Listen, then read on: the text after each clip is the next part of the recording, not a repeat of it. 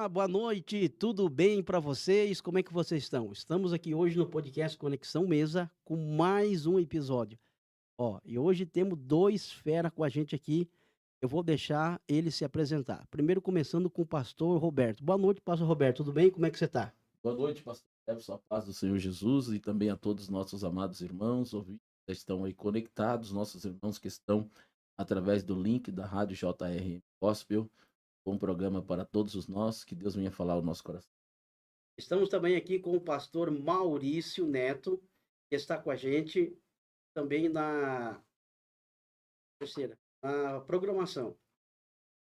Pastor Maurício, a paz do Senhor, como é que você está? Tudo bem? A paz do Senhor, pastor Jefferson, obrigado por nós estarmos aqui falando sobre as Escrituras, sobre a palavra de Deus, que é uma coisa que eu amo muito aí em minha vida. E estamos aqui junto com o nosso pastor Roberto, é meu pastor também. Nós estamos muito alegres por estarmos aqui nessa noite com vocês e com todo esse público maravilhoso aí na internet. Que maravilha! Pastor Roberto, que alegria a gente estar sintonizado e conectado com o pessoal lá do YouTube. O pessoal está em peso aí? Pelos nossos irmãos da nossa igreja, Fé de Deus, Ministério do Belém, CDHU, nossos irmãos estavam ansiosos, né, já nos pedindo para poder participar da programação. Nós estamos alegres muito com isso. Ao longo da programação, aí tenho certeza que muitos irmãos irão entrar e participar. É isso mesmo, ouvinte. Pastor Maurício, para nós é uma alegria, uma satisfação de estar juntamente com vocês, para nós aprendermos um pouquinho. O nosso tema de hoje é muito importante, né, pastor Roberto? Muito importante. Pode deixar na terceira que nós estamos conversando. Pastor Roberto, a prioridade tem que ser as escrituras? O que vocês dizem? Falo assim na minha vida. Tudo tem que ter a escritura passando como um crivo de tudo. Nós temos que ter uma cosmovisão do mundo que nós vivemos para nós podermos entender o que nós precisamos louvar e engrandecer o nome do Senhor Jesus em nossas vidas, através de tudo, através com o crivo das escrituras para nossas vidas. É isso aí. Nós vamos aprender um pouquinho, pastor Roberto, sobre a prioridade das escrituras. A sua prioridade é as escrituras? É importante nos dias de hoje, nos dias atuais? Deus, a nossa prioridade tem que ser as escrituras, afinal de contas, as escrituras é o princípio. Tudo se iniciou com as escrituras. Então, por isso nós temos ela como a nossa prioridade. Sem as escrituras, jamais nós teríamos acesso ao nosso Deus. É uma das formas que ele se revela. Que maravilha. Nós vamos então começar. Quem que vai começar aí, dando um start aí sobre esse tema? É muito importante. Eu quero que você já divulgue, compartilhe, participe, deixe o seu like, se inscreva no canal. É só você ir lá e digitar a Rádio JRM, tá bom? Faça parte desse ministério você também. Pastor Roberto vai começar então abrindo já o start com esse tema muito importante. Glória a Deus. Meus queridos irmãos, como o tema nos propõe, é propício para né, trocadilhos aqui, nessa nossa conversa bíblica aqui, bem saudável, sadia. Eu quero aqui dar abertura com o texto das Escrituras Sagradas que se encontra na segunda carta de Paulo ao seu filho na fé, Timóteo, capítulo de número 3, versículo de número 16, para nós darmos aqui a abertura. E o texto sagrado, ele diz assim: toda a escritura é divinamente inspirada e proveitosa para ensinar, para redarguir, para corrigir e para instruir em justiça. Só nesse versículo, pastor Jefferson, a gente já conseguimos perceber a importância da escritura. Paulo afirmando ao seu filho na fé, Timóteo, ele também nos traz a ideia, né, que aqui nós já podemos aqui fazer uma aplicação para quem tem a Bíblia como algumas partes divididas, né? Divididas, algumas pessoas têm alguma parte dividida, Novo Testamento, Antigo Testamento. E quando a gente vamos entender isso na visão de Paulo, Paulo ele não tinha a Bíblia como uma concha de retalhos, mas ele tinha a Bíblia como um todo. Por isso que ele utiliza essa expressão dizendo: toda a Escritura é divinamente proveitosa para ensinar, para redarguir, para corrigir e para instruir. É verdade. E qual a importância para vocês nos dias atuais, de ter a escritura como prioridade nas igrejas. Vocês acham que algumas igrejas não dão prioridade para a escritura, às vezes dá abertura para heresia? Vocês estão pastoreando faz muito tempo, é uma igreja que vem de referência da palavra de Deus, tem estudo bíblico, escola dominical. O que vocês dizem? Sim, Eu trago como um texto em Colossenses capítulo 3, versículo 16, que diz assim: pode deixar aberto. habite ricamente a palavra de Cristo em você. A palavra de Cristo tem que estar habitada em nosso coração. Eu costumo dizer sempre, pastor Jefferson, e eu sempre, quando às vezes vou pregar sobre as escrituras, eu falo que as escrituras é tudo em nossa vida. Por quê? Ela tem que estar na nossa cabeça, nos nossos corações e nos nossos pés. Por que na cabeça? Porque na cabeça diz assim a palavra de Deus: medita na minha palavra dia e noite. No meu coração, porque ela guardei a palavra no meu coração para não pecar contra ti. E nos pés, a palavra de Deus diz que ela é lâmpada para os nossos pés. Agora, como na vida de um cristão não conhecer a Escritura? Não tem como. A Bíblia, no texto que o pastor leu, falando a um jovem, Timóteo, que dizem em 2 Timóteo capítulo 3,16, é que toda a Escritura é de Gênesis a Apocalipse. E de Gênesis a Apocalipse nós temos que ter base bíblica para entender todo o nosso dia a dia, toda a nossa vida. Está tudo aqui. Deus tem algo maravilhoso para cada um. Mas muitos falam assim, mas é difícil entender a Bíblia, né? Mas não é. Eu falo para você que não é. Tiago fala bem assim: aquele que tem falta de sabedoria, Tiago capítulo 1, versículo 5, que tem falta de sabedoria, peça a Deus, que Ele dá. Então é muito importante nós pedirmos essa sabedoria diante de Deus, e a Bíblia nós vamos entender e lendo, cada momento que nós vamos lendo, compreendendo, e é maravilhoso, é tremendo quando Deus vai falar conosco. Quando eu me converti, vou contar um breve testemunho. Quando eu me converti, pastor Roberto, pastor acho que já ouviu o meu testemunho, eu não conseguia entender a Bíblia. Eu lia e eu queria, desejo tanto de entender. Eu entendia como lendo um livro normal. E a Bíblia não tem como se ler como um livro normal. A Bíblia tem que ler meditando. A Bíblia é como se montar um quebra-cabeça. Nós vamos lendo, vamos pegar e espalhar todas aquelas pecinhas e vamos montando, e daí você consegue ver um contexto. Além do que, quando nós entendemos a Bíblia, e muitas igrejas hoje, como o irmão falou, qual a importância, muitas igrejas pegam trechos isolados ou pegam o quebra-cabeça que não está montado corretamente e colocam como se fosse correto. E às vezes está meio torto, não está bem encaixado. E precisa estar corretamente certo. Porque texto fora de contexto é pretexto para heresia. é isso aí. Pastor Roberto, na sua visão, quais são os perigos de você não ter as escrituras como prioridade na sua vida, no seu dia a dia?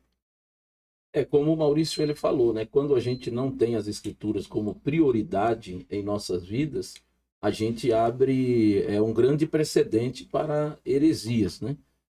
Como o pastor Maurício falou aqui, nós vemos em muitos lugares pessoas pegando textos, ou por que não dizer versículos isolados, né, para trazer algum argumento, e ele tira esse versículo do seu contexto, né? E uma vez tirado do seu contexto, acaba criando uma nova doutrina, acaba criando um novo ensino, mas que não passa de um ensino herege, né? De um ensino distorcido das escrituras, porque todo versículo ele tem que ter o texto, ele tem que ter o seu contexto e se interpretar de uma forma correta, né? Para aplicar àqueles que a ouvem, né? E é interessante que numa linguagem teológica é conhecido a Bíblia como uma espada de dois gumes, né? A Bíblia fala, né, que a palavra de Deus ela é como uma palavra afiada de dois gumes. Então, nós costumamos chamar, numa linguagem teológica, de igúmeno número 1, pastor Jefferson, de interpretação. Igúmeno número 2, aplicação. E aí que está o grande segredo, né, de uma exegese proveitosa das Escrituras. Quando você interpreta corretamente, você vai aplicar corretamente. Agora, se você interpretar erroneamente, você vai aplicar erroneamente. E aí está o grande perigo. Por quê? Porque o próprio apóstolo Paulo também, escrevendo uma das suas cartas, né, à igreja de Corinto, ele diz assim, que os homens nos considerem como ministros e dispenseiros dos mistérios de Deus. E requer do ministro que ele se ache fiel. Fiel ao quê? Fiel ao texto. Então, quando eu vou para o púlpito tomar a palavra para trazer um sermão, eu não tenho que trazer aquilo que eu penso, aquilo que eu acho. Eu tenho que trazer, de fato, o que o texto está querendo dizer. E aí, numa linha teológica chamada de exegese, que tem os dois perigos, né? Essa expressão tem a expressão exegese e exegese. Então, o que significa? A palavra exegese é um prefixo do grego que quer dizer ex, que quer dizer tirar do texto aquilo que está no texto. Então, ao contraponto disso aí, também tem a expressão exegese, que é o quê? É eu colocar no texto aquilo que não está no texto. Então, quando eu coloco no texto aquilo que não está no texto, eu estou abrindo precedente para a heresia, né? Então, as Escrituras sendo a minha prioridade, eu vou de acordo com o que está as Escrituras. Interpreto corretamente e aplico corretamente. Então quer dizer, pastor Roberto, que texto sem contexto é pretexto para heresia. É pretexto para Esse jargão é muito conhecido, né? É muito conhecido. Então, e você acha que se você precisa fazer uma interpretação correta do texto, é importante? É importante porque, por exemplo, o texto, né, é por isso que eu fiz questão de falar sobre essa matéria teológica chamada de exegese. Por quê? Porque essa matéria teológica da exegese, ela nos molda, né? Por exemplo, nós estamos aqui em 3 pastores, 3 homens de Deus. E para exegese, pastor Jefferson, eu não posso, por exemplo, vou usar um texto aqui, João 3,16. Para exegese, João 3,16, aos nossos amados ouvintes, eu não posso interpretar João 3,16 de uma forma, o pastor Maurício de outra forma e o pastor Jefferson de uma outra forma. Para exegese, o texto é um só. Pastor Roberto, quero pontuar. Explica para nós a diferença de exegese e eigegese. O que é? Como você se aplica isso no texto?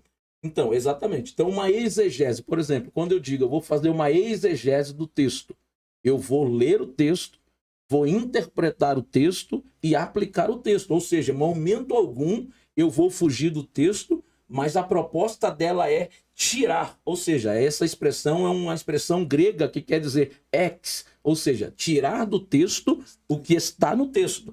Agora, quando eu utilizo de uma exegese, eu quero colocar no texto aquilo que não está no texto, aquilo que o texto não está dizendo. Isso é uma exegese e isso pode ser considerado uma heresia. Faz me lembrar, pastor Jefferson, em Atos capítulo 17, versículo 11, os bereanos.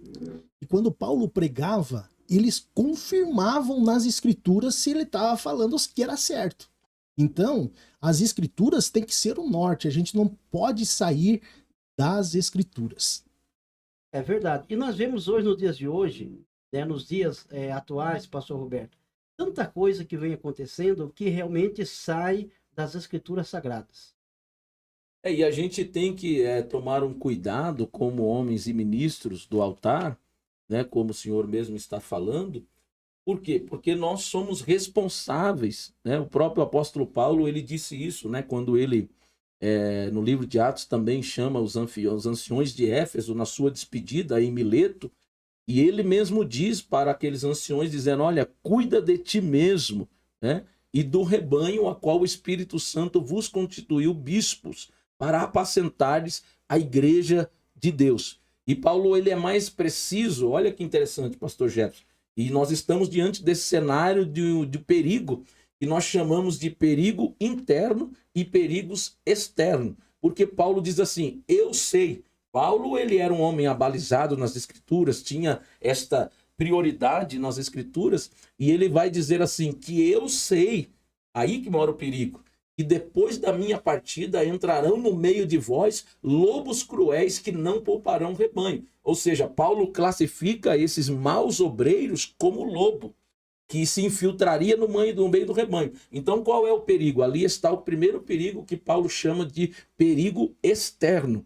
Logo em seguida, ele vai usar um segundo perigo, que é o perigo interno, porque ele diz, eu sei que depois da minha partida entrarão no meio de vós lobos cruéis que não pouparão rebanho e que até entre vós se levantarão homens falando coisas perversas para atrair os discípulos após si. Então, Paulo ele traz uma linha ali de dois perigos, o primeiro perigo externo e o segundo perigo interno.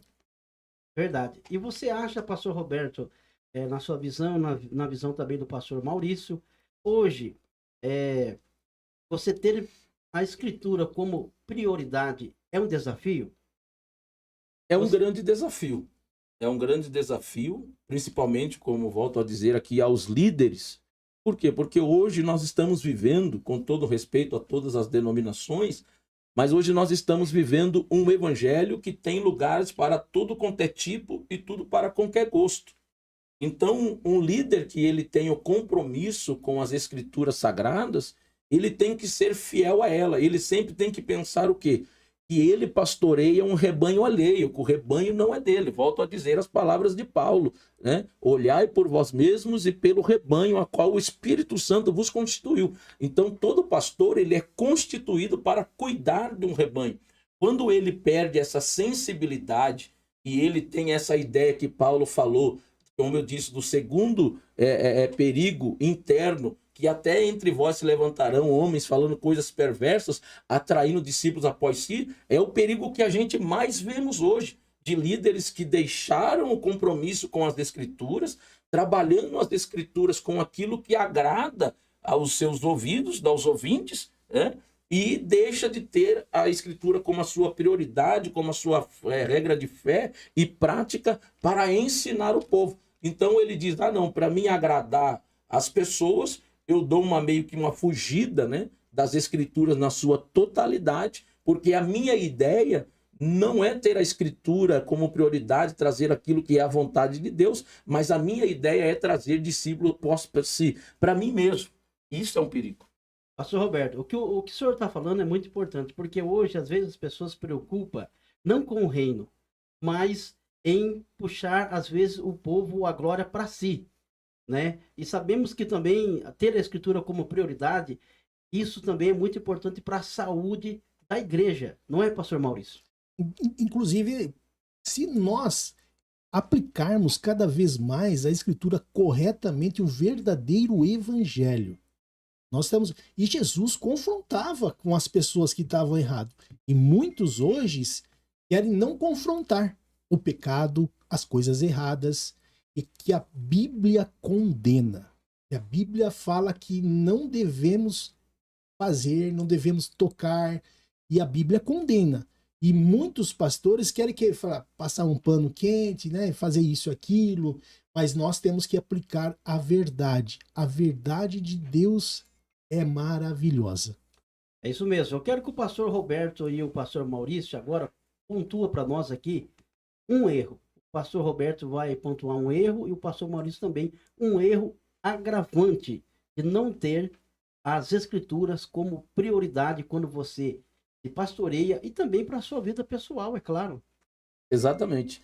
Eu quero basear essa oportunidade que o Senhor nos dá de, por que não dizer aqui o texto em que o Senhor ele vai repreender os sacerdotes, dias do profeta Oséias. Deus vai usar o profeta Oséias no capítulo 4, versículo 6. Deus vai dizer assim ao profeta Oséias, uma mensagem que ele vai entregar ao povo, dizendo: olha o perigo da igreja não ter as escrituras como a sua prioridade. No livro do profeta Oséias, capítulo 4, versículo 6, o ouvinte que está nos ouvindo pode conferir aí na sua Bíblia. Deus diz assim, olha que sério, o meu povo está sendo destruído porque lhe faltou o conhecimento. E como tu rejeitaste o conhecimento, ó sacerdote, eu também te rejeitarei os teus filhos para que não sejam sacerdotes diante de mim. Então esse é o perigo Quando o povo não tem a escritura como a sua prioridade, né, automaticamente ele acaba se destruindo, porque ele falta o conhecimento. Então, o que enriquece um povo, o que enriquece a igreja é o conhecimento. É verdade. Pastor Maurício, na sua opinião, pontua para nós mais um erro que a falta de conhecimento, igual o pastor Roberto falou, e a prioridade das escrituras pode ocasionar nos dias, na igreja, no nosso dia a dia, como cristão. As escrituras, como eu falei, é a base de tudo para as nossas vidas, base de tudo para os cristãos, né? E muitas pessoas querem não interpretar a Bíblia de acordo com a Bíblia se interpreta. Eu quero interpretar a Bíblia, eu quero entender a Bíblia do meu jeito, mas não é do meu jeito, né? Como eu falei, tem que ter um contexto, tem que ter uma passagem. Quando faz isso, acontecem muitos erros. E muitas igrejas, que se diz igrejas, e às vezes seitas, que pegam trechos isolados da Bíblia, tentando fundamentar alguma coisa que não é. E faz me lembrar algo que aconteceu com o Senhor Jesus, lá na tentação de Jesus, o pastor Jefferson. Quando Jesus foi levado para o Espírito Santo de Deus ao deserto para poder ser tentado, apareceu para ele o diabo. E o que ele citava? Citava a Bíblia, né? Citava a palavra de Deus. Fala aqui, ó, se você estiver aqui em cima e se jogar, se dará a ordem aos anjos. E Jesus falou bem assim, está escrito, não tentará o Senhor o teu Deus. Então, um trecho, uma palavra da Bíblia, que pode ser Bíblia, e pode ser certo da Bíblia, mas sem um contexto que engloba uma forma, porque a Escritura é escrita por vários homens inspirados por Deus, em várias épocas, em várias localidades. E as Escrituras, as Escrituras, elas não contradizem nada. Elas não contradizem nada. Então, muitas vezes você pode falar assim, mas eu não lembro os versículos, eu não lembro onde está, mas o Espírito Santo de Deus vai falar para você, está escrito. E a Bíblia tem que estar cada vez mais em nossas vidas. É verdade. E essa passagem bíblica que o pastor Roberto, que o pastor Maurício, ele citou, é muito importante por quê? Porque, na realidade, ele citou, né, o tentador citou parte das escrituras, mas estava fora do contexto ali. Totalmente fora. E como você saber, como você ter o discernimento para você aplicar as escrituras dentro do contexto? Nós sabemos, pastor Roberto, que a Bíblia tem várias linguagens, né? Exatamente. As escrituras, ela tem várias linguagens e, inclusive, né, como o pastor Jefferson citou aí na pauta da palavra que o pastor Maurício colocou, é bem interessante, né? E é como a própria Bíblia diz, a Bíblia é clara, né, que o nosso adversário, ele crê, né, estremece, mas não obedece. E ele vai citar para a própria palavra, ele vai trazer a palavra distorcida para a própria palavra, porque Jesus era a palavra em carne. Então ele vai trazer um texto distorcido. E o interessante, né, para que a gente não caia nessas ciladas, é o contato com as escrituras sagradas. As próprias escrituras, ela nos recomenda a gente lê-la, né? O próprio Deus, ele nos recomenda na sua própria palavra a gente lê-la. Foi o que ele disse a Josué, né? Josué, ele teve uma tarefa difícil e suceder. Eu sempre gosto de pesar isso, não era nada fácil, né? Quando Deus o chama e diz, você vai suceder nada mais, nada menos do que Moisés. E um dos segredos que Deus ele estabeleceu para Josué, não aparte da tua boca o livro desta lei. Medita nele de dia e de noite, para que prudentemente te conduzas, né? Não te desvie nem para a direita e nem para a esquerda.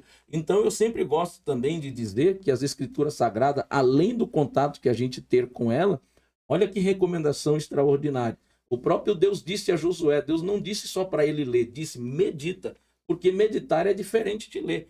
Ler você só passa ali com os olhos, mas quando você medita, não, você para ali, né? Você quer entender o que o texto de fato está te dizendo, o que de fato o texto está querendo te transmitir, então você faz ali uma meditação. Verdade. Viu? Eu quero perguntar, na opinião de vocês, quais são os grandes erros e interpretações bíblicas que vocês conseguem olhar e ver nos dias atuais? Grandes erros, os erros de interpretação que vocês conseguem olhar e ver e que realmente precisa ser orientado e falado nos dias de hoje.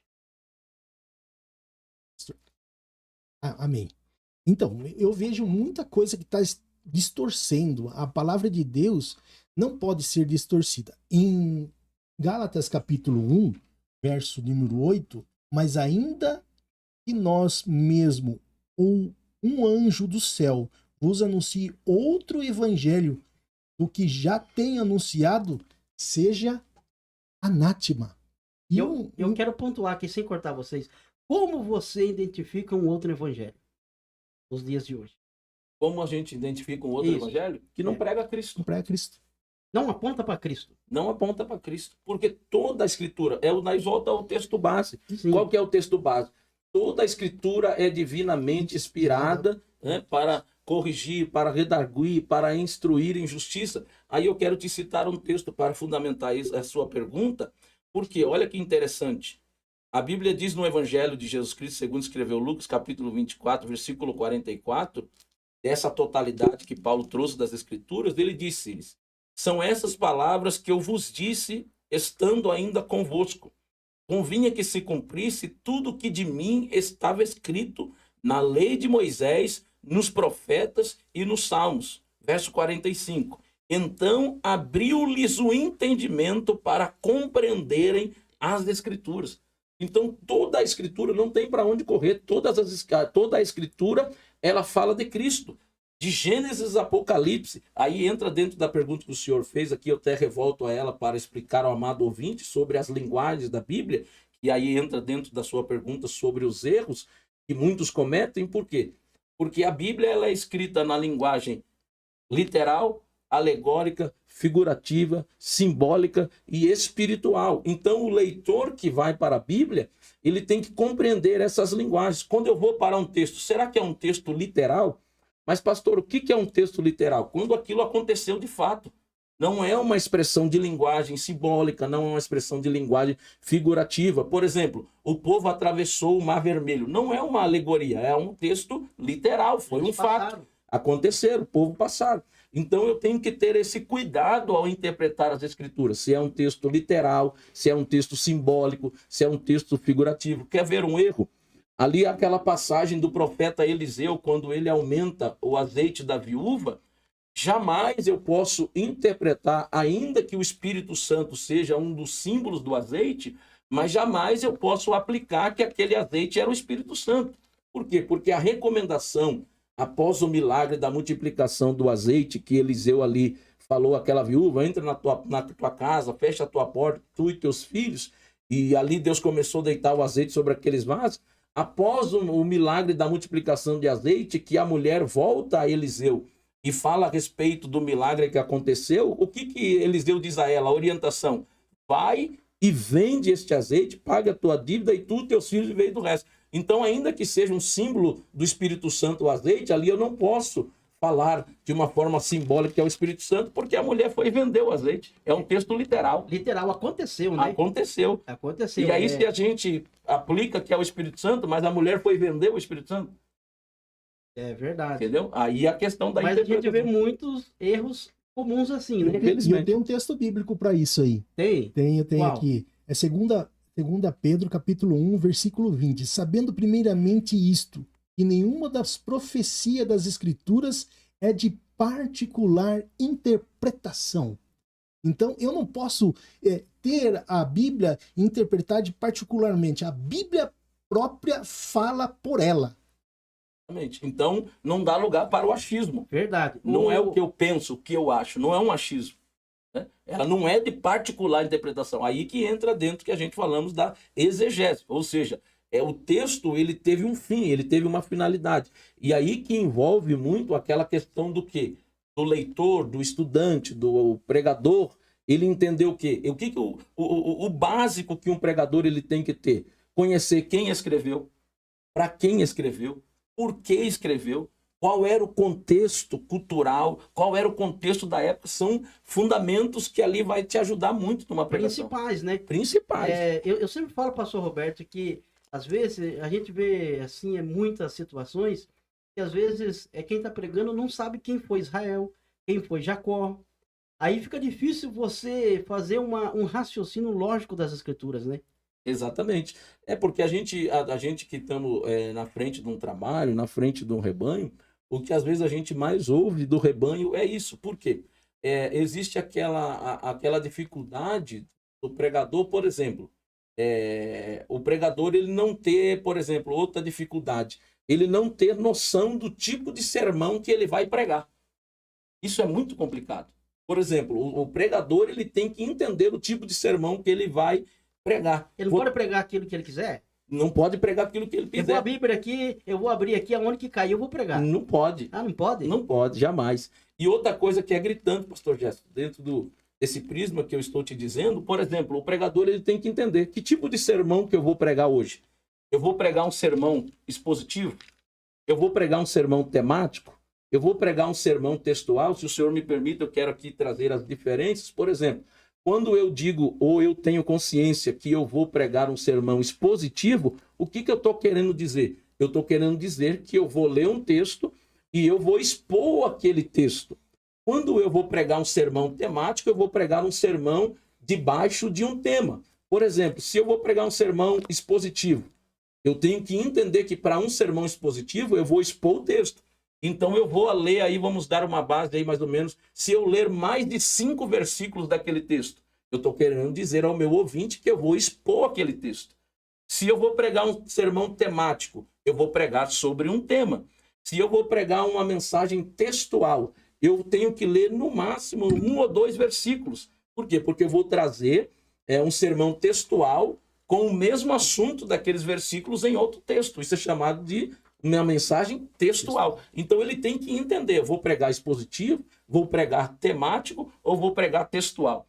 Então, por exemplo, quando ele tem essa dificuldade do expositivo, ele lê aquele texto, já aconteceu, o senhor já viu isso. Ele vai ler aquele texto gigante e ele tem 30, 40 minutos, 50 minutos para falar e ele dá aquela volta, por exemplo, ele lê um texto nos evangelhos, daí ele vai lá para Gênesis, Êxodo, Levítico, e quem está ouvindo ele está dizendo, mas e o texto que ele leu?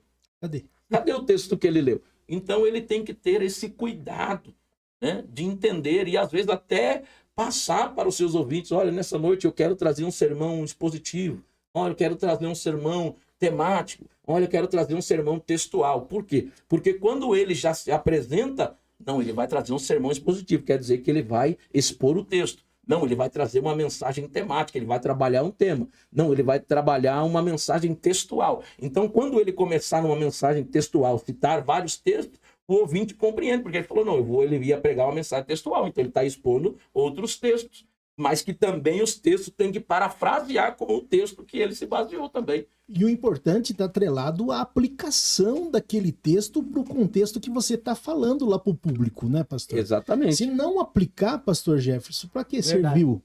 Verdade. Né? Se não aplicar o texto, para que serviu? Às vezes você vê, ele está lendo sobre esse Vai dar trabalho para o Espírito Santo, hein? Ouvintes, olha bem, tá muito bom aqui, nós estamos começando a esquentar agora. Pode mandar pergunta pro pastor Roberto e pro pastor Maurício, que eu vou passar para eles aqui. Pode mandar as bravas aí, hein? Que vocês vê no dia a dia, que vocês acham que seja importante e relevante. Pastor Maurício, tem um exemplo para nós de linguagem simbólica. De simbólica? Isso. O pastor Roberto falou sobre literal, né? E agora da linguagem simbólica. Eu vou passar pro pastor. Deixar o pastor, né? Eu gosto no fogo aí. Não tem problema. Nós estamos aqui para isso. Então, uma linguagem simbólica é uma linguagem de símbolos. Por exemplo, você vai uma linguagem simbólica, de símbolos. Né?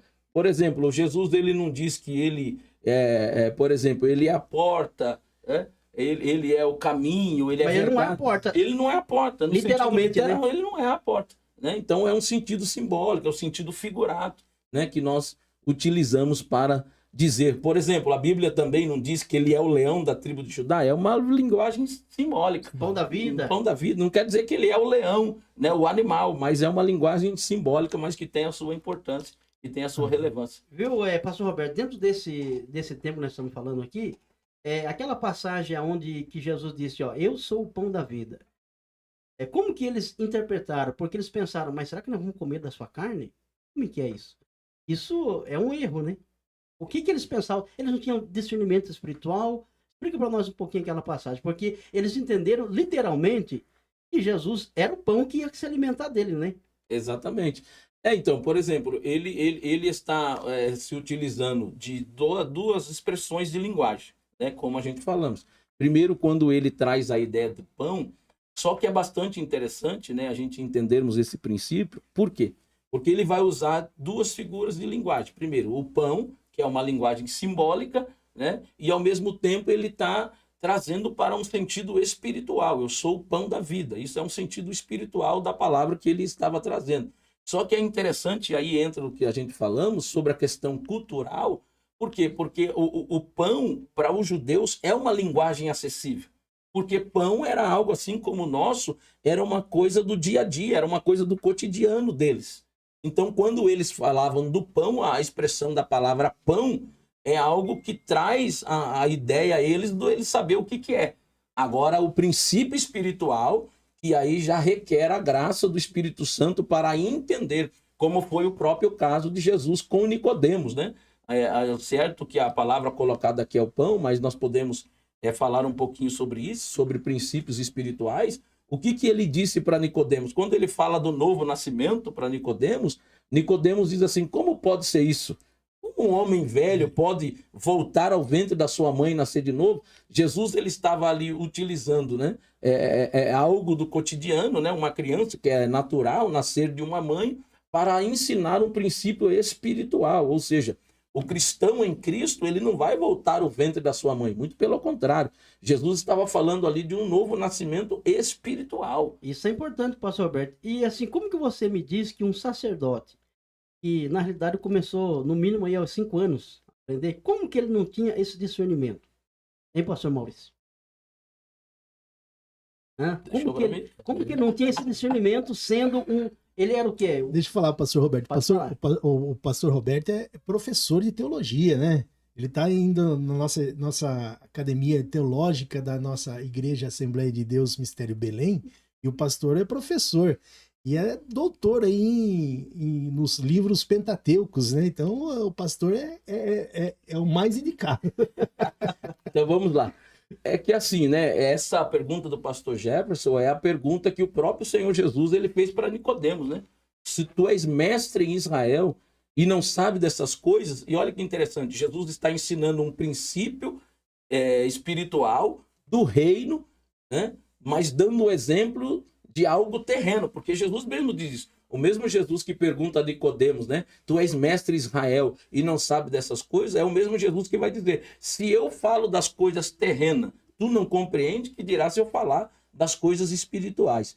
Então, quem era? Na verdade, nós precisamos entender quem era Nicodemos. Nicodemos, na verdade, ele era um religioso que pertencia à classe dos fariseus, né? E era uma classe que, infelizmente, nos dias de Jesus, estavam corrompida. Ou seja, o próprio Jesus disse que eles eram guias cegos.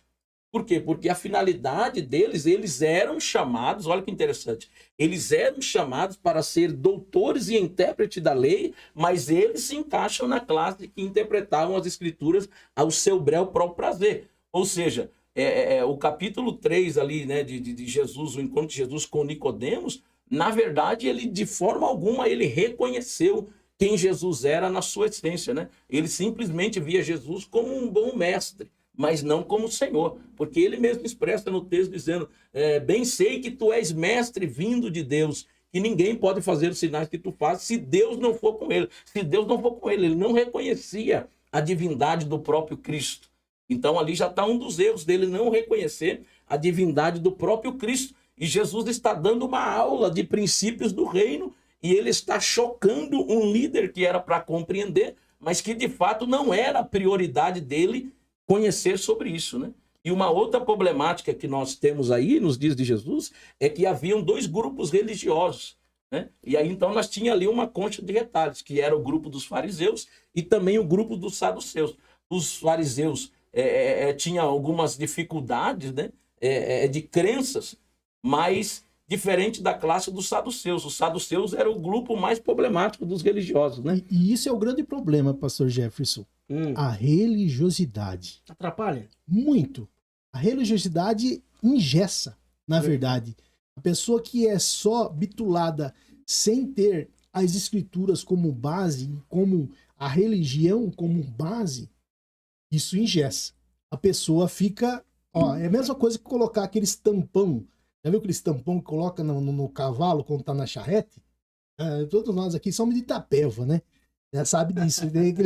Aquele que ele só olha para frente, só não tem uma ampla visão das escrituras. Verdade. Pastor Roberto, pode citar para mais um exemplo? Para os ouvintes entenderem, que eu acho que assim, o nosso tema de hoje ele é muito importante porque ele nos traz a responsabilidade realmente de entender e compreender as escrituras na sua totalidade, interpretar. A interpretação é importante, né, pastor Roberto? Exatamente. E essa linguagem que nós estamos falando, às vezes muitas pessoas não sabem, nunca nem ouviu falar. É uma realidade, né? Então nós falamos aqui literal, simbólica, vamos falar de alegórica. Alegórica. Nós temos a linguagem alegórica, né? É a mesma... É como você vai ver Jesus ele tratando as parábolas. Né? Você vai ver Jesus ele tratando as parábolas, eram muitas das vezes utilizadas linguagens alegóricas, né? Quando você vai trabalhar uma parábola, por exemplo, o que quer dizer a palavra, né? Colocar as coisas lado a lado. E Jesus ele era um dos pregadores aqui, a título de informação, tão simples. Se tinha um pregador, eu não conheço um pregador mais simples do que Jesus. Mas ao mesmo tempo, Jesus ele tinha uma sabedoria tão extraordinária, que é o que eu aprendo com ele, que falta muito para nós, pregadores, é você entender o tipo de público que você está falando. É muito importante a gente saber o tipo de público que a gente está falando. Então, Jesus, quanto mais simples era o público dele, mais simples era a sua fala. Então, nós vamos ver muitas linguagens dele, por exemplo, ele falando sobre princípios, sobre o trigo, né? Era a linguagem, quando ele ia falar para um público que era do campo, ele vai usar essas linguagens do trigo, da semente do trigo. Então, eram as linguagens que Jesus ele utilizava, ele utilizava, e a gente pode também aprender com isso. Então, eram algumas linguagens alegóricas. Então, ele usava a linguagem do campo, ele usava linguagens da cidade, né? Um exemplo que nós vamos ver ele falando já a João no Apocalipse, né? Quando ele ensina ali sobre a igreja de Laodiceia, né? Ele até diz a João sobre a igreja de Laodiceia: eis que não é frio, né? E nem quente, mas tu és morno e vomitar-te-ei da tua boca. Então, olha como que a linguagem ela é importante. Por exemplo, para nós que estamos distante desse cenário, é óbvio que a gente não vai compreender na totalidade a expressão que Jesus está utilizando. Só que os moradores de Laodiceia, eles vão entender. Por quê? Por causa do contexto cultural da época. Ou seja, a cidade de Laodiceia, naquela época, era uma cidade que ela não tinha água própria. Ela recebia água de 2 lugares. Então, um lugar que mandava água para Laodiceia vinha água quente e outro lugar vinha água fria. Então, quando essas águas se chocavam, se encontravam antes de entrar na cidade de Laodiceia, quando chegava na Laodiceia, esta água já estava morna. Então, quando Jesus ele conhecia esse contexto da cidade, ele vai ensinar, né, numa linguagem alegórica, né, ao povo de Laodiceia, dizendo a eles: olha, tu não é quente e nem frio. Logo eles iam lembrar das águas da cidade. Olha, a água que chega para nós aqui é uma água morna. Então Jesus ele vai utilizar de um contexto que acontecia naquela cidade para ensinar um princípio espiritual para aquele povo. Maravilha. Tremendo. E a gente aprende muito com as parábolas, né, pastor? Meu Deus. Né? Várias parábolas que Jesus nos ensina, e a gente vê que ele baseava no trabalho diário também, né? Exatamente. Na linguagem do tempo, da época dele, né? Da época dele. E pastor Roberto e pastor Maurício, você acha que hoje, depois de tanto tempo, nós temos que manter a essência da Bíblia Sagrada como a outra linguagem, no tempo do computador, na área da internet, no século das luzes, né? Que hoje passou muito tempo desde que as Escrituras foi escrito, que nós temos. Como nós hoje pregamos um evangelho que foi escrito há tão tempo, numa linguagem tão distante dos dias atuais, e a gente mantém a essência. Pastor Maurício e pastor Roberto. Eu falo que a Bíblia é escrita há muito tempo, né? Mas é tão atual, né? Um pregador já falou isso, né? Como um jornal que, na época tinha jornal, né? Que acabou de sair, né? Ou seja, como uma notícia que saiu agora na internet. Então, a Bíblia é atual. A Bíblia, a palavra de Deus é viva e eficaz. Então, olhando para hoje, no contexto que nós vivemos, no contexto que nós estamos vivendo, né? Ela pode ser aplicada em todo o nosso contexto.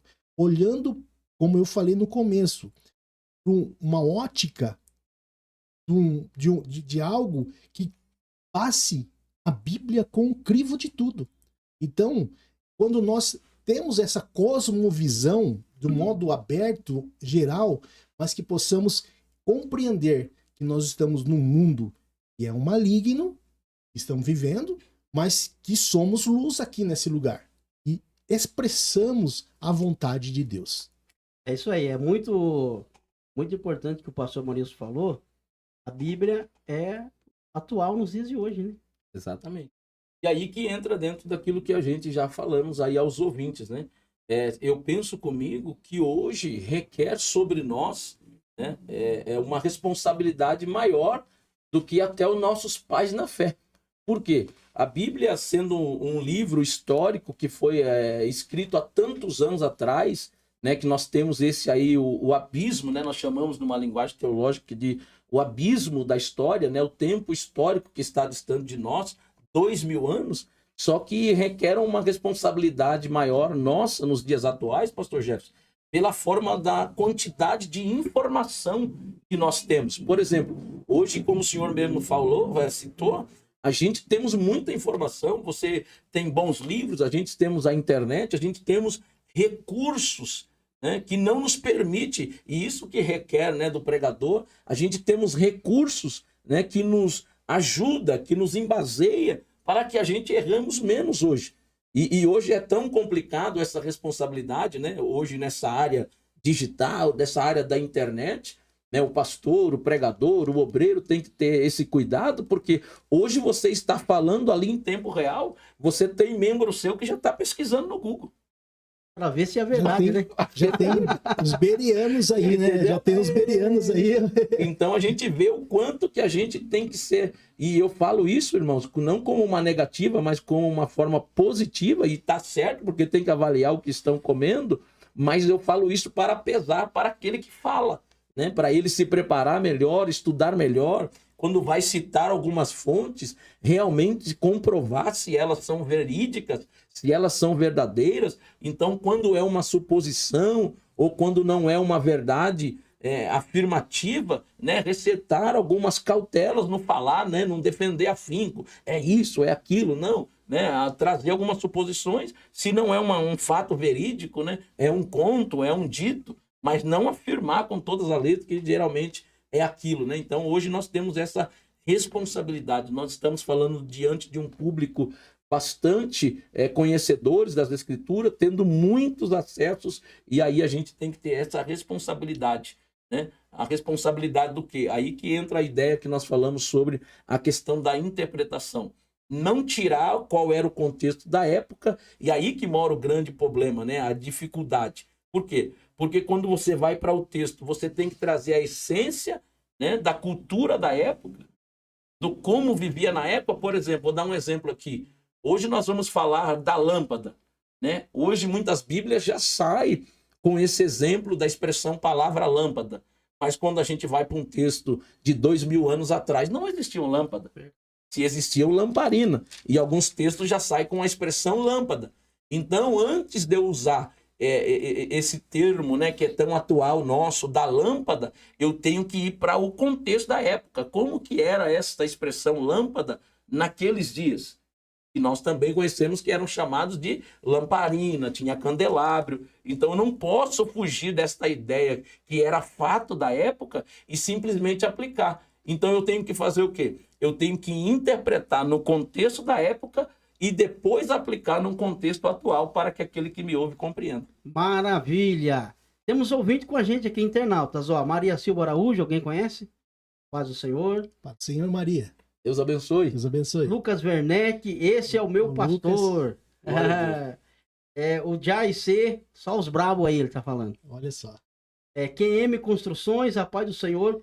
Meu irmão Cledir. Irmão Cledir. Um tem abraço, uma irmão pergunta. JC é o João que tá com a gente aí. João também tá aí. Viu? Ele tem uma pergunta, mas vocês vão responder depois do intervalo. QM Construções está perguntando, Pastor Roberto, qual foi o tema que o senhor encontrou mais dificuldade em pregar?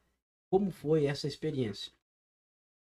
A dificuldade que eu tive em pregar foi sobre escatologia, né? Escatologia é um dos assuntos que requer bastante atenção sobre ele e conhecer, porque você pegando o livro de Apocalipse, a gente vai ver que já vai entrar esse envolvimento de figuras de linguagens, né? Coisas que são literais, coisas que são alegóricas, que são figurativas. O livro do Apocalipse, ele tem muito isso.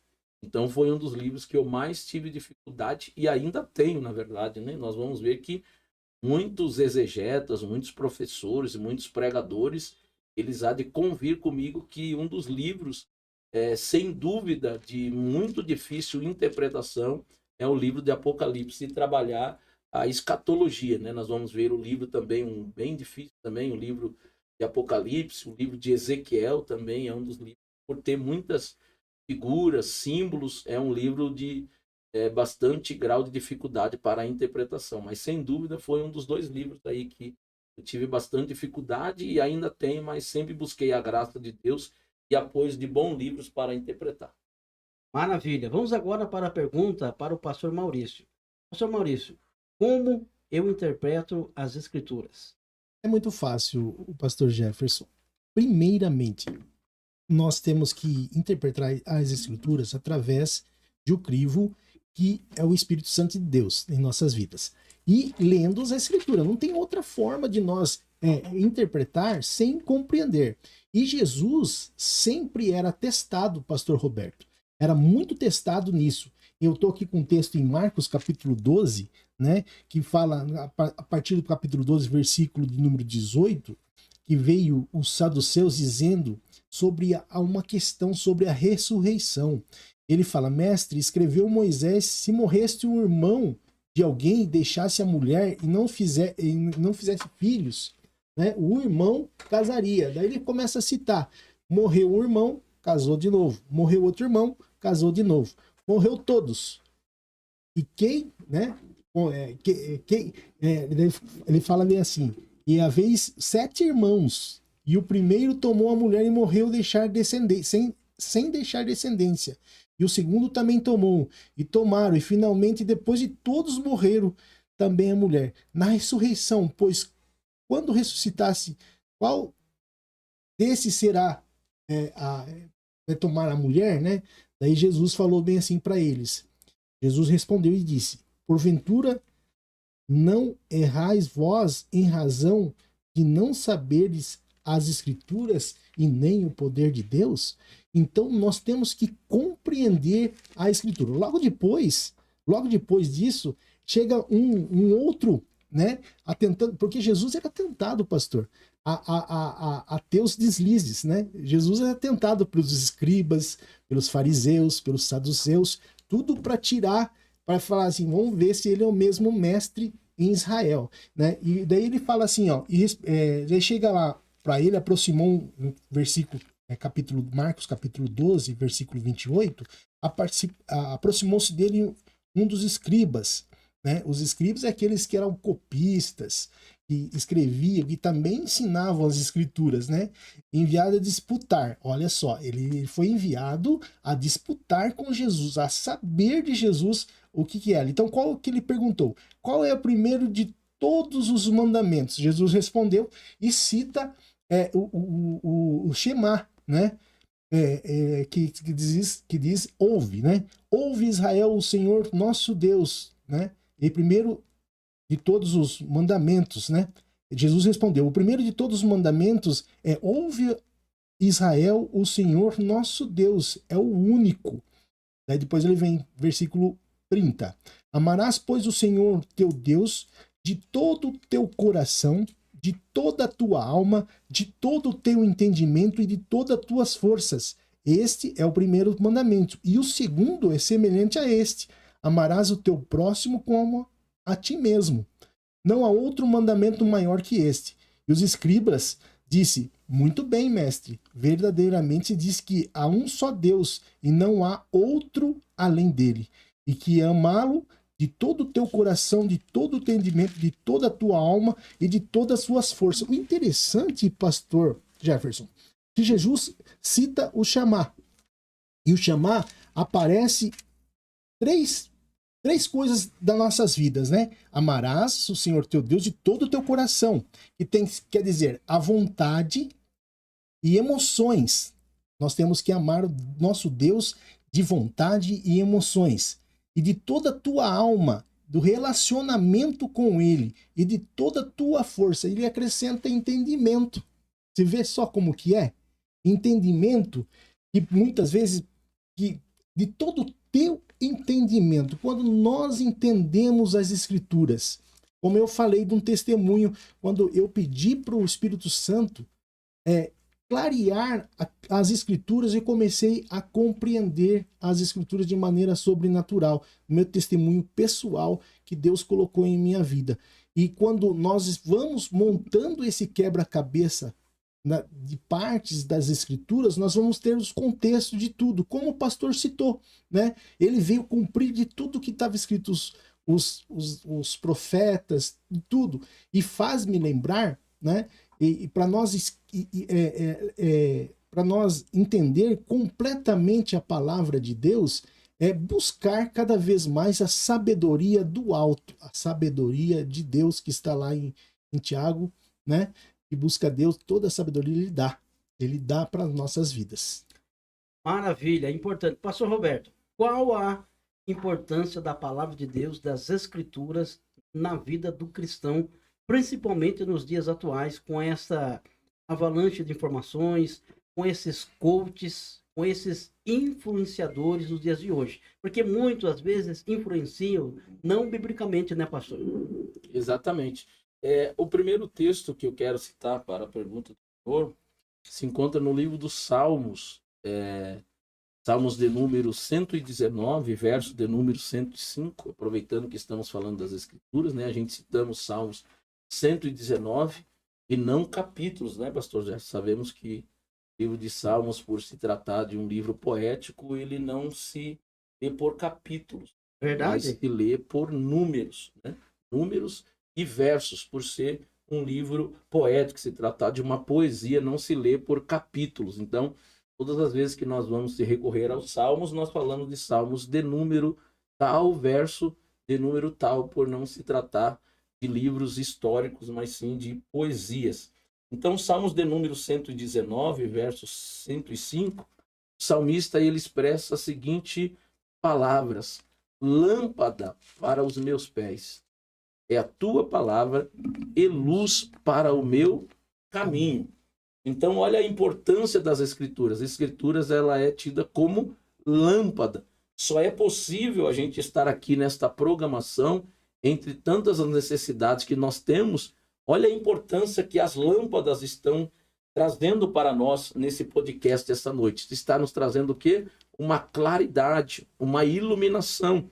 E o salmista se utiliza dessa expressão para dizer que a palavra de Deus era como uma lâmpada no escuro, porque dificilmente alguém consegue caminhar bem no escuro, né? Haja vista, nós vemos a nossa cidade ser toda iluminada, né? Estradas serem iluminadas, e nós também sabemos a negativa disso. Quando uma estrada ela não é bem iluminada, nós vemos a dificuldade que a gente temos de percorrer por ela. E aí está uma aplicação desse princípio. Um cristão que não tem as Escrituras como a sua prioridade, ele não tem essa luz que vai lhe ajudar, que vai lhe apoiar para ele caminhar direito. É como que caminhar no escuro. O crente que não tem as escrituras como a sua prioridade, ele caminha no escuro, ele não tem essa iluminação que somente a palavra de Deus pode trazer.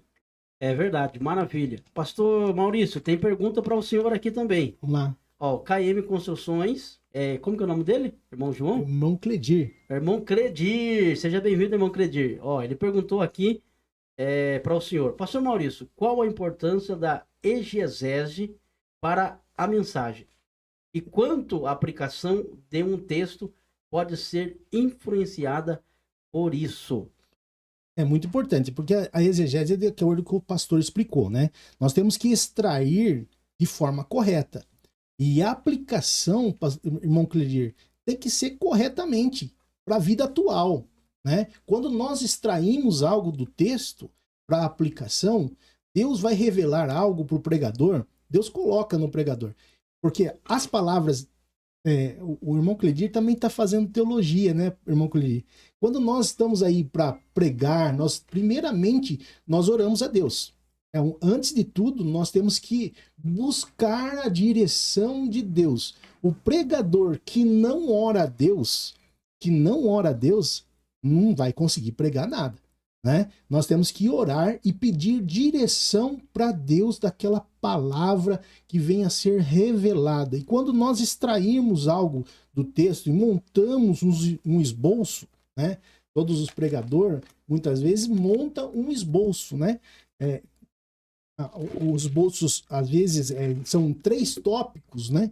Primeiro tópico, segundo tópico, depois aplicação, né? E nessa aplicação tem que ser fidedigna ao texto, né? Senão, sai fora daquilo que tem que ser aplicado, mas com a direção do Espírito Santo de Deus. Eu sou acostumado, quando eu estou lendo a Bíblia, pastor Jefferson, é algo que Deus coloca em cada pessoa, em cada pregador, e parece que o texto salta da Bíblia. Não sei se acontece isso com o pastor. O texto salta da Bíblia, nós anotamos, né? E é importante essa anotação, porque Deus quer falar. E depois você começa a entender, a ler, a refletir, a buscar de Deus aquilo que realmente é para a vida daquela igreja. Ou para aquele momento que você vai exercer aquela pregação. Eu sei quando vou pregar, quando eu estou lendo a palavra de Deus, Deus tem várias formas de falar, vários jeitos de falar, mas na hora que salta esse texto, eu já anoto, eu já entendo que Deus quer que eu vou pregar por daqui uns dias, 2 dias, e realmente, pastor Jefferson, surge um telefonema. Dá para você pregar? Né? E é isso que a gente entende. E é muito, muito lindo as coisas que o Espírito Santo faz. E quando nós vamos aplicar isso para a igreja, falar isso para a igreja, anunciar o evangelho de forma sobrenatural, e acontece o quê? Depois acontece algo maravilhoso. As pessoas falam assim, nossa, como Deus falou. Mas Deus usa um comedor de feijão com arroz. Como que pode isso, né? Nós, muitas vezes, somos comuns, temos as mesmas coisas que os irmãos, e Deus nos usa de maneira sobrenatural para honra e glória. Não é porque é o irmão Maurício, não é porque é o presbítero, que é o evangelista, que é o pastor, mas Deus usa as suas ferramentas para falar e aplicar da maneira certa. E o Espírito Santo trabalha, e a Bíblia é clara, nenhuma palavra volta vazia. Quando sai do púlpito, quando sai da boca de Deus, Deus tem uma direção, Deus tem um alvo, e o alvo é aquela pessoa que está clamando, buscando algo de Deus. É verdade, maravilha. Pastor Roberto, quero fazer uma pergunta para o senhor. Nos dias atuais, a importância da escola bíblica dominical. Qual a importância da escola bíblica dominical? Sabemos que o ministério de vocês, ele investe pesado, né? Sempre está preocupado em ensinar. E se no meio dos anos da sua conversão, depois o pastor Maurício também pode falar, o desejo de aprender, ele tem aumentado ou tem diminuído? Glória a Deus, é uma pergunta bastante interessante, bastante relevante. E eu digo sempre que a escola bíblica dominical, ela é a maior escola teológica. Escute, a escola dominical, ela é a maior escola teológica da família. Nós temos muitas faculdades teológicas, mas uma das essenciais, sem dúvida, é a escola dominical. Por quê? Porque a escola dominical, ela vai abranger todas as faixas etárias, pastor Jefferson, da família. Por exemplo, nós temos muitas escolas teológicas, muitas faculdades teológicas, e geralmente elas são voltadas para os adultos. Na igreja, a gente já tem essa facilidade. Você vai conseguir atingir o nível tanto das crianças, como juniores, adolescentes, jovens e adultos. Então, sem dúvida, a escola dominical, ela é a maior escola teológica da família. Ela consegue abranger toda uma família de uma forma pedagógica, aprender as escrituras sagradas. Então, é ela que vai trazer a base, a fundamentação, né, da nossa igreja, a estrutura que uma igreja ela vai ter quando ela se aplica à escola dominical. Por exemplo, nós temos hoje crianças, né, na nossa igreja que coloca muito adulto em saia justa com muitas perguntas bíblicas que ela aprende na escola dominical. Nós já fomos procurados por pais dizendo, olha, meu filho me fez perguntas que ele aprendeu na escola dominical, que hoje ele sabe que nem eu mesmo, como adulto, eu não sabia.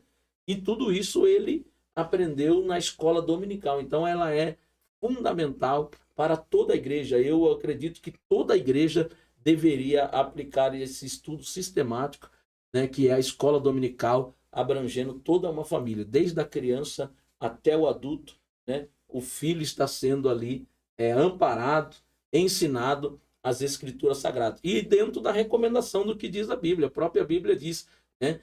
Ensine a criança no caminho que se deve andar. E aí, para concluir a pergunta que o senhor fez, infelizmente, hoje nós estamos, de uma forma geral, é claro, dizendo isso, com grandes dificuldades, né, nessa parte do ensino. E aí parte, né, do ponto que nós estamos trabalhando aqui da prioridade das escrituras, que muitos perderam esta referência e nem sabem, ou às vezes também fazem de conta que não sabem, que 70%, por que não dizer 80%, do ministério de Jesus era da área do ensino, né? A Bíblia trabalha esta ideia que muitos milagres aconteciam por intermédio do ensino, né? Você vai examinar as escrituras sagradas, você vai ver que muitos milagres se deu mais por causa do ensino do que das próprias pregações em si, pregações que nós chamamos de pregações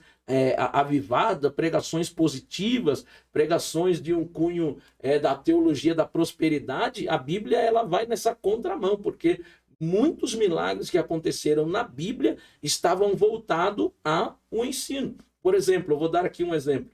Jesus, quando ele multiplicou ali, fez o milagre dos peixes, né, que é chamado da pesca milagrosa, da pesca maravilhosa. Foi a primeira pesca, a pesca maravilhosa. Jesus, ele pegou emprestado o barco de Simão Pedro, ensinou o povo e depois do ensino ele ordenou que Pedro voltasse ao mar para pescar. Você vai ver no livro do profeta Joel, que é muito conhecido, é o textuário dos pentecostais, né?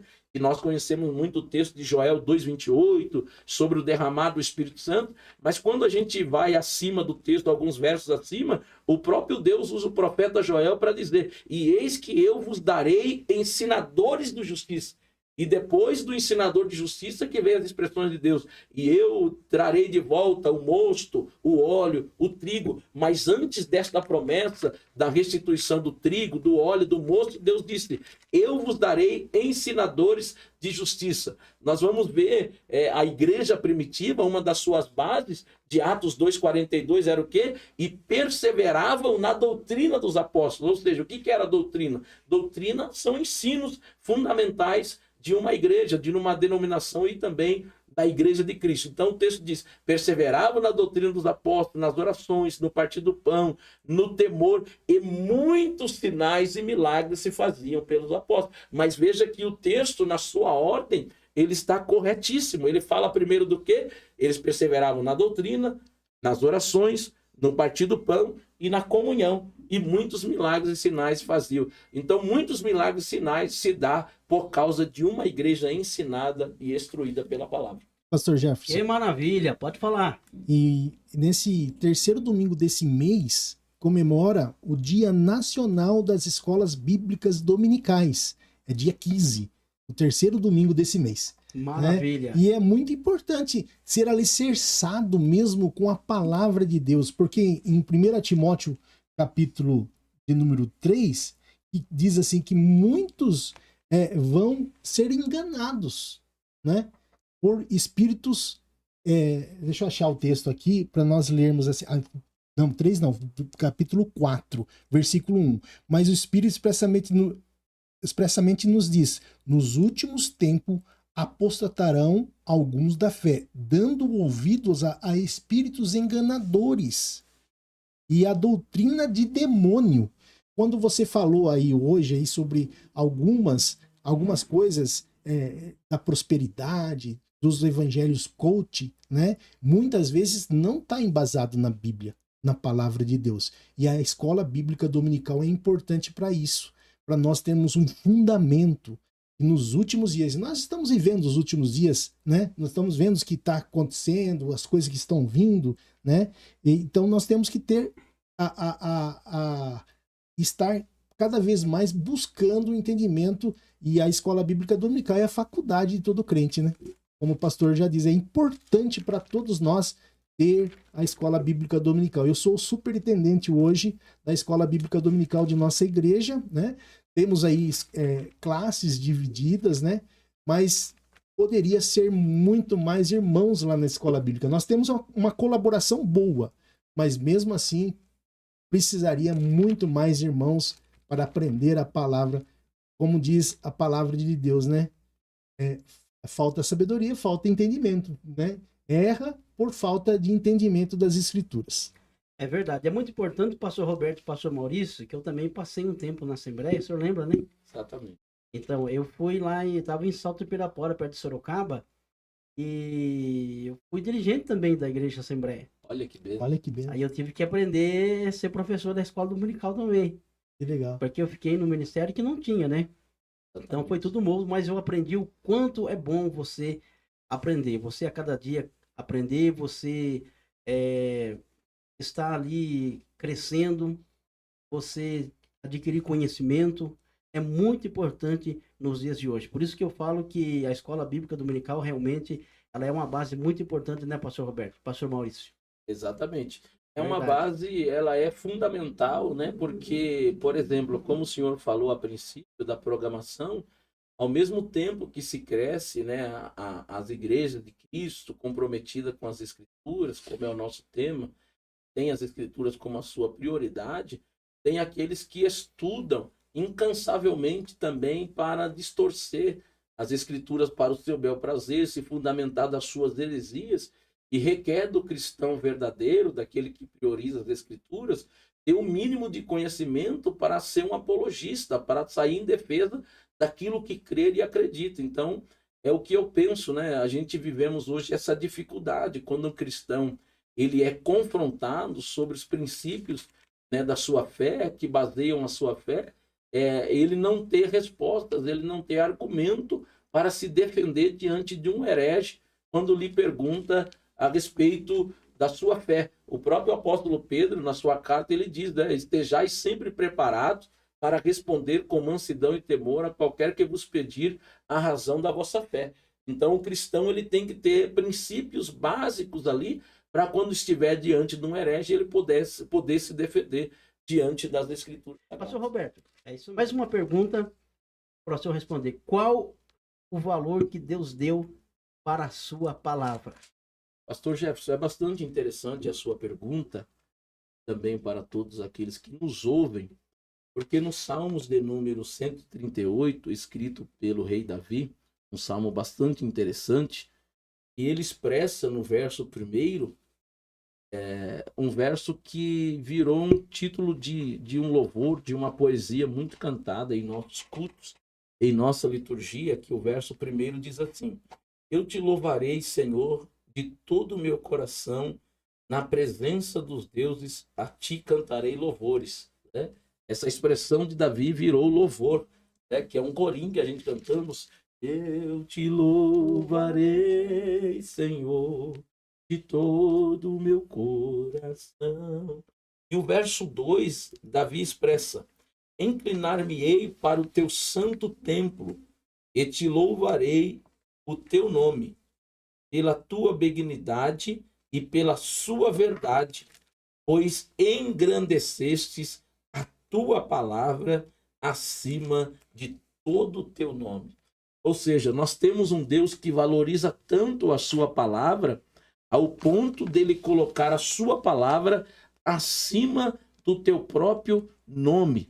Não existe nada que esteja acima da palavra de Deus, pois o próprio Deus engrandeceu a palavra acima do teu próprio nome. Isso é muito forte, né?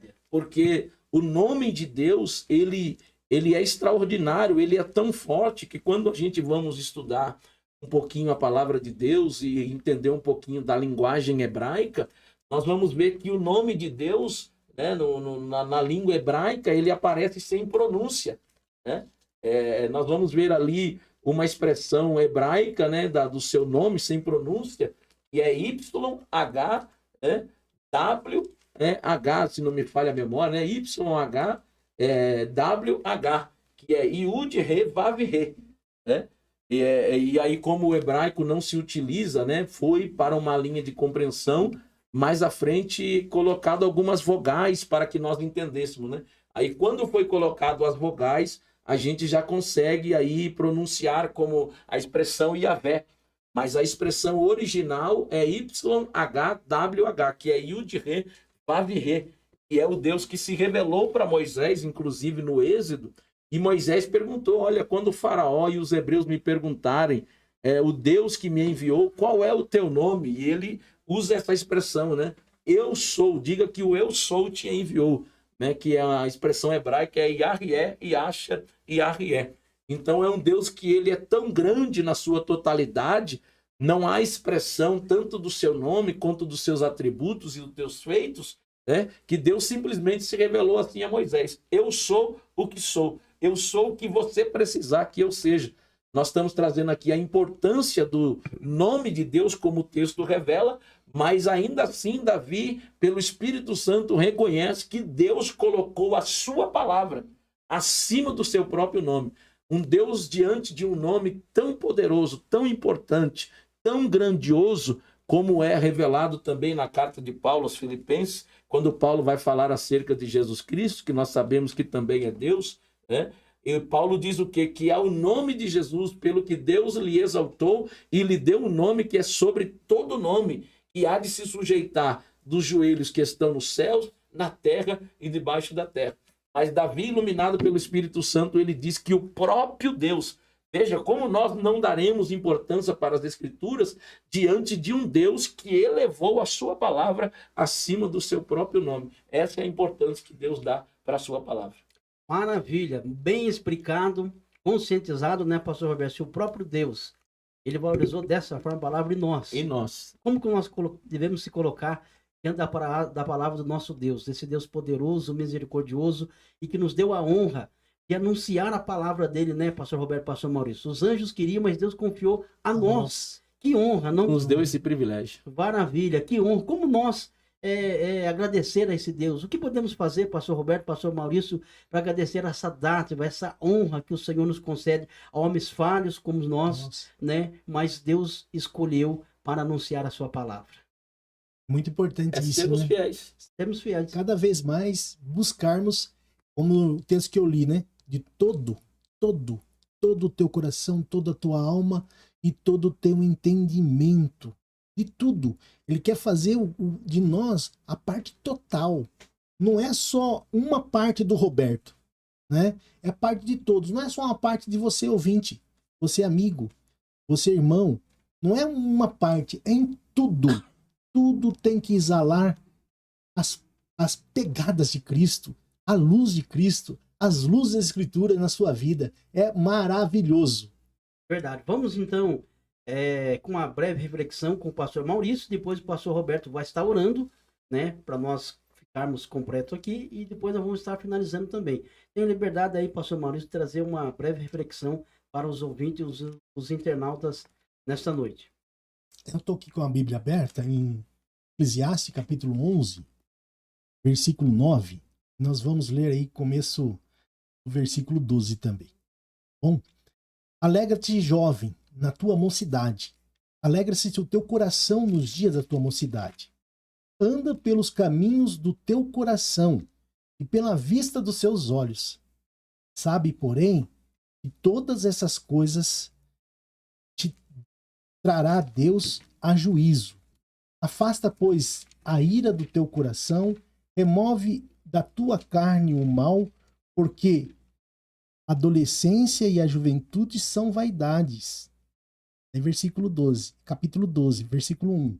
Lembra-te do teu Criador no dia das mocidades, antes que venha os maus dias, e chega anos dos quais venha a dizer, não tenho neles contentamento, antes que se escureça o sol e a lua se escureça em torno de ti as nuvens e depois a chuva, no dia que tremerem os guardas da casa, se curvarem os homens fortes, e se cessarem os mordedores, por já serem poucos, e se escurecerem os olhos das janelas, e as duras portas da rua se fecharem por causa do baixo ruízo da moedeira, e a levedura da voz, as aves, todas as vozes dos cantos baixarem. Como também quando temer está alto, houve espanto, o caminho florescerá, amanhecerá, e o gafanhoto for um peso, e perecerá o apetite, porque o homem se vai à sua eterna casa. Planteadores andarão rodeando pela praça, antes que quebre a cadeia da praça e despedece o corpo do ouro, e despedece o cântaro junto, e despedece a roda junto ao poço, e o pó volte à terra como era, o espírito volte a Deus que o deu. Olha só, a tremenda responsabilidade de você, de nós, tememos a Deus. Temos o Senhor Jesus como Senhor e Salvador de nossa vida. Quando nós olhamos o livro de Eclesiastes, nós podemos entender a sabedoria desse livro para as nossas vidas. E quando nós começamos a ler no capítulo 11, versículo de 9, fala de um jovem. Quem não foi jovem, né? Todos nós fomos jovens. E muitas coisas de jovem eu me arrependo, pastor Jefferson. Nós se arrependemos, porque nós não tínhamos entendimento e não sabíamos o que nós faríamos. Mas hoje nós temos a consciência que nós vamos estar diante de um grande tribunal e prestar conta de todos os nossos atos. Quando nós olhamos para a palavra de Deus em Eclesiastes capítulo 11 e mostra, falando do jovem, faça isso que o seu coração manda, faça isso que o seu coração pede para fazer, faça isso que o coração manda fazer. Nós falamos, mas o que é isso, né? Isso não é evangelho. Mas depois ele vem e faz de todas. Deus vai pedir conta, ou trará Deus a juízo de todas. E muitas vezes nós não pensamos nisso. Nós não pensamos, não entendemos que um dia nós vamos prestar conta de todos os nossos atos diante de Deus. E depois do capítulo 11 ele começa a falar de uma pessoa que fala assim, lembra do teu Criador no dia da tua mocidade. Faz-me lembrar, o pastor Roberto, esses dias atrás faleceu um amiguinho um amigo do meu filho, pai do amigo do meu filho, e ele foi no velório, né? Ele chegando naquele velório, quando ele voltou, ele começou a pensar na vida. E quando nós pensamos na vida, que a nossa vida, hoje nós estamos indo cada vez mais, e a Bíblia diz assim, mesmo que o homem exterior se corrompa, o interior se renova-se a cada dia.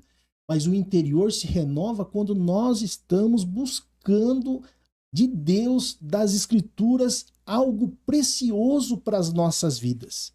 E quando nós olhamos aqui no capítulo 12, fala desse Criador que nós temos que louvar e entender nos dias das nossas, buscá-lo no dia da nossa mocidade, antes que venham os dias maus. Qual é os dias maus? A nossa velhice. E muitos deixam para buscar Deus quando já estão velhos, né? Aqui ele fala até quando os mordedores não aguentam mais, tem poucos mordedores, já estão lá, às vezes já tá com aquela, como chama lá? Com a dentadura. Né? Quando os mordedores já não aguentam mais. Nós estamos falando de um evangelho que vai restaurar o seu interior, né? Nós queremos que você, meu querido e amado ouvinte, viva uma vida plena de Deus para a sua vida, né? E muitas pessoas não querem se envelhecer. Já viu isso? Muitas pessoas hoje não querem envelhecer, mas um dia nós vamos estar com Deus. Você já pensou nisso? Você já pensou que um dia que você vai prestar conta de tudo o que você... Ah, mas você está querendo falar que... Você está querendo botar medo. Não, mas isso é uma realidade de todos nós. Nós vamos prestar conta diante de Deus. E o que nós vamos fazer? Vamos fazer ginástica para ter mais saúde. Isso é proveitoso, né? O apóstolo Paulo fala a Timóteo, eu até notei o texto aqui, né, em 1 Timóteo capítulo 4, versículos 7 e 8, mas parte B, exercita-te pessoalmente na piedade, pois o exercício físico para pouco é proveituoso, mas a piedade para tudo é proveituosa, porque é promessa da vida que agora que há de ser. Então, nós sermos uma pessoa piedosa. O que é uma pessoa piedosa, pastor Roberto? Fala para nós. Uma pessoa piedosa. Pessoa piedosa é uma pessoa que está pronta a servir, a cuidar do teu próximo, né? Ela é uma pessoa que ela tem empatia, ela sabe se colocar no lugar da outra pessoa. Era o que muito Jesus fazia, muitos milagres que Jesus ele operava, ele se colocava nos lugares das pessoas, né? Então é uma dificuldade que a gente temos hoje, né, numa sociedade que nós estamos vendo de valores invertidos, é as pessoas ela pensar em si mesmo, né? Ela não conseguir olhar para as dificuldades de quem está ao teu lado. Ao teu lado. E esse é uma coisa da piedade, né? E você, pastor Jefferson, o que é a piedade? Agora eu vou estar no seu lugar aqui, pastor Jefferson. O que é a piedade? Colocou no fogo agora, pastor Roberto. Olha aí, viu? Na realidade, a gente podemos dizer que é uma qualidade do cristão que tem que ter, né? Você tem que ser piedoso nas suas atitudes, nas suas obras, como você trata as pessoas. Porque hoje, pastor Roberto e pastor Maurício, hoje vê muitas vezes as pessoas, igual o pastor Roberto falou, sem empatia, né? Sem misericórdia. Se colocar no lugar da pessoa. É isso aí. Né? E piedade não tem nada a ver com religião, né? Não. Porque as pessoas associam muito piedade com religiosidade. Não. O que realmente você faz, somente nos dias de hoje, pastor Roberto. Hoje, piedade, mas você quer estar no holofote, você quer mostrar o que você faz. E na realidade a piedade ela é silenciosa. Né? Ser piedoso, muitas vezes nós pensamos nessa forma, mas é exercer tudo aquilo que Jesus fez, como o pastor falou, é ser como Jesus. Então existe muito em minha vida nós refletirmos de Jesus para as pessoas e ser como Jesus. Então, um dia nós vamos prestar conta de tudo. E ser como Jesus, nós vamos estar cada vez mais buscando ser perfeitos. E nós somos cristãos, nós queremos ser como Jesus, nós queremos exalar Cristo, nós queremos estar como Cristo. Então, é um exercício, cada dia mais, exercita ser parecido como Cristo. É a primeira base do discipulado, né, pastor Roberto? Né? O que Jesus faria? Se a gente realmente colocasse isso na nossa mente, em tudo que nós fazemos, o que Jesus faria antes de nós tomarmos a decisão? Né? Tentaríamos mais e erraríamos com menos. Certeza, com certeza. E com certeza, você fazendo dessa forma, exercitando na piedade, servindo a Deus de forma íntegra, como todo, todo o teu coração, toda a tua alma, todo o teu entendimento, amando o próximo como a si mesmo, meu querido e amado irmão, vai chegar lá em cima, você com certeza vai ter as pedrinhas no seu galardão. Ei, que maravilha. Deus abençoe Amém, por essa pastor. reflexão. Pastor Roberto, alegria, né? O seu obreiro aí pregando a mensagem. Pastor Roberto é um pastor entendimento da Bíblia, bastante. Pastor Roberto, eu falei, ele é mestre. Ele é professor, né? Além do que parece, a gente está aí hoje uns 3 anos já na igreja, mas o pastor Roberto parece que é um irmãozão que já conheço há muito tempo. Quando eu abraço ele, parece que eu estou abraçando um irmão. Ei, né? que maravilha. Ele mora no meu coração e o pastor Roberto é amigão, é um pastor que está no nosso lado, junto conosco. Ele dá oportunidade aos obreiros, não tem só eu de obreiro lá, pastor Jefferson, tem mais outro, tem o pastor Will, tem o presbítero Danilo, tem o presbítero Francisco e o pastor O presbítero Anderson. irmão Anderson Oliveira, né? Esse é o pregador internacional, hein? Ah, é? Tem que trazer ele aqui também no Opa! programa. Presbítero Anderson, pregador Maravilha. internacional. Tá convidado. Tá convidado. Tá convidado, já tá convidado. Depois você passa o contato dele pra nós aí. Maravilha. E o pastor não tem que falar. O pastor é muito amado, muito querido por todos nós da igreja. Verdade. Eu quero pontuar só para nós encerrar, é muito importante. Hoje, a gente sempre fala, tem que puxar do lado da nossa classe que é o pastor, né? O pastor, ele tem que amar as ovelhas. Não é isso, pastor Roberto? Exatamente. O Só pastor que- tem que- As ovelhas têm que amar o seu pastor também. É duas vias. Exatamente. É ou Tem não que é? honrá-lo. É ou não é? Tem que amar também o seu pastor, porque o pastor também não é um super-homem. Ele tem uma alma, ele está sujeito a falhas também. Ele tem que atender, às vezes, todo mundo, tem que compreender todo mundo, às vezes não é compreendido, né? E bem-aventurado a igreja que tem um pastor sério, que priva pela palavra. Se vocês têm um pastor sério, abrace a causa dele, trabalhe junto com ele, não divida, não fofoca, não faz calúnia. Eu quero abrir essa pontuação. Respeite o seu pastor, seja submisso, entre debaixo da cruz com ele e o ajude em todas as áreas. Essa é a grande importância, né? Todo bom pastor precisa do povo e todo bom povo precisa do pastor. Verdade. Nós vamos encerrando já. O pastor, eu tenho algo do pastor, Ah. pastor Jeff, só complementando. Do pastor O Roberto? pastor Roberto. Hum. O pastor Roberto é um homem maravilhoso, é um homem de Deus, é um homem que Deus capacita cada vez mais. Quando ele prega, todos nós ficamos lá admirados. Esse dia ele pregou, ele falou bem assim, deixa pro próximo pregador. A igreja falou, Viu? Não, eu queria Mas você falou ouvir uma coisa mais. importante aí. Como é bom a igreja. É bom você trazer evangelista. É bom você trazer pastores que pregam a palavra, mas nada melhor do que realmente a igreja que ama o seu pastor pregar.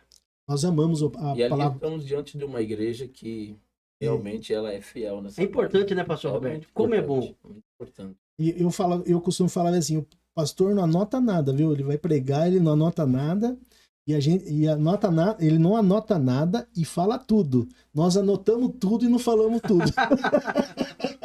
Ei, maravilha! Mas como é bom, falar de Jesus é bom uma demais, né? Eu falo que, na verdade, eu não anoto nada, porque eu até falo para alguns irmãos lá na igreja, lá, sobre a experiência que eu tive, que não foi para mim, pastor Jefferson, né? A princípio do meu ministério da pregação, eu tive essa experiência que não é para mim, né? Eu acho lindo, né? Quem consegue pregar com esboço e tal, e consegue trabalhar bem o esboço, mas a minha primeira experiência não foi muito boa, né? Eu ainda não tinha aquela experiência tal, toda em usar o esboço, e eu acabei colocando ele aqui no meio da Bíblia, né? E era um dia muito quente e tal, e o irmão, para me ajudar e para ajudar os irmãos também, dar uma refrescada na igreja, o irmão ligou o ventilador. E eu não tinha prendido o meu esboço com clips, né? E aí, quando o irmão ligou o ventilador, o esboço voou lá no meio da igreja. Você E não aí, sabia. na hora, eu pensei comigo, meu Deus, foi embora a minha mensagem. Aí um irmão muito piedoso, né? Pegou ali o sermão ali, trouxe ali para mim, né? Eu coloquei de volta, mas aí ali já tinha o nervosismo que já tomava conta ali, já foi todo o raciocínio ali. E foi aquela experiência que eu falei, não é para mim mesmo. Então, desde então, não utilizei mais. Mas Deus tem nos dado a graça, né, de conseguir memorizar alguns textos, aí por isso que eu me aplico a estudar ele bem, né, em casa, e aí ter ali um período que Deus nos dá graça da memorização, e aí a gente consegue trabalhar bem. Maravilha. Nós temos que encerrar. Que pena. Que pena. Que pena, né, pastor Como os Roberto? irmãos, ó, Né, pastor Marinho? puxa vida. Que pena. Mas Deus vai preparar uma nova oportunidade. Quero agradecer a vocês que ficaram com a gente aqui na transmissão. E lembrando que temos também o podcast Shekinah todas as terças com o comunicadorzinho, pastor Uma Roberto, benção, hein? pastor Maurício. Uma benção. Toda terça Terça. uma história inspiradora de vida. Abraços, Ninho, você é uma benção. Zinho, velho. Podcast Shekinah às 20 horas. Se inscreva no canal lá, tá? Também temos o podcast CME, pastor Roberto, pastor Maurício, que é Conhecendo a Minha Empresa. Se tiver algum empresário lá, manda aqui, Eita glória. né? Nesse podcast. E também temos o nosso programa de rádio, segunda a sexta, das 8 às 10, Conexão Mesa, das 10 ao meio-dia, Shekinah manhã, das 13 às 14, Missionária Carme, às terças, e às 15, a Fran de São Paulo, e das 14 às 15, de segunda, quarta e sexta, Pastora Anitta, das 15 às 16, Comunicador Rideu, e das 16 às 17, Comunicador Morato Rodrigues. E abaixe o nosso aplicativo, se inscreva no nosso canal, faça parte desse ministério, você também. Pastor Roberto, Deus abençoe pela sua disponibilidade, vai ser a primeira de muitas vezes aqui, hein? Amém. A minha gratidão a Deus, né? A gratidão pelo honroso convite. Tá ali, né, nos bastidores, mas trabalha bastante, né? Sempre tem esses bastidores, né? Aquele que não aparece, mas trabalha bastante, né? Somos gratos a Deus pela vida dele. É o Jonathan. Jonathan, que Deus abençoe a vida do Jonathan, né? Nos preparar toda essa qualidade, né? Para levar algo agradável e proveitoso. É isso aí. Pastor Maurício, Deus abençoe, prazer conhecê-lo. Prazer conhecê-lo também, pastor Jefferson, que Deus abençoe a sua vida, seu filho aí, o nosso irmão Jonathan, né? Isso. E também o seu ministério, pastor, que Deus continue te Amém. usando cada vez mais, trazendo pessoas aqui que falem desse amor maravilhoso do nosso Senhor Jesus. Amém. Deus abençoe a todos vocês. Tenham uma ótima sexta-feira, um bom final de semana e até a próxima. Deus abençoe. E lembre-se, o nosso jargão aqui, a alegria do Senhor é a nossa força. Até a próxima. Deus abençoe. Deus abençoe.